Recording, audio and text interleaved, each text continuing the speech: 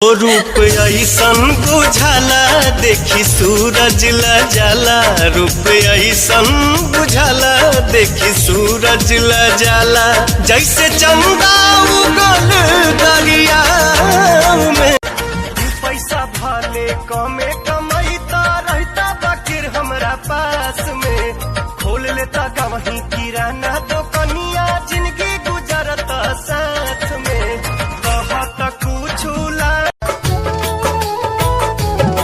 जब से तोहरा से अखिया मिलवले हई, दिल के धड़कन में तोहके बसले हई।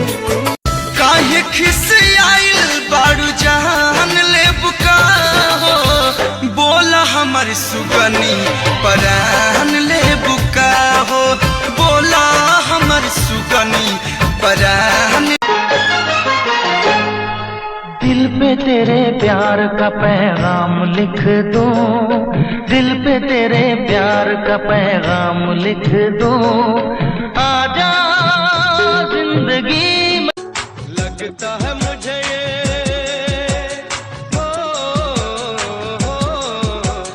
लगता है मुझे ये जुदाई मार डालेगी, मुझको ये तेरी बेवफाई मार डालेगी।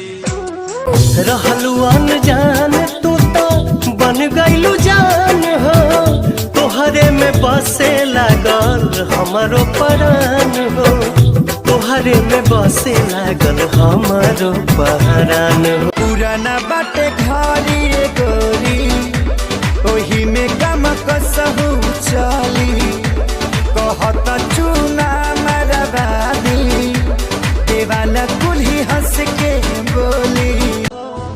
हंसत जिंदगी में काहे अगिया लगला हो, झूठो के राम जी दिल तू बन। मैं न लागे नेह के सागर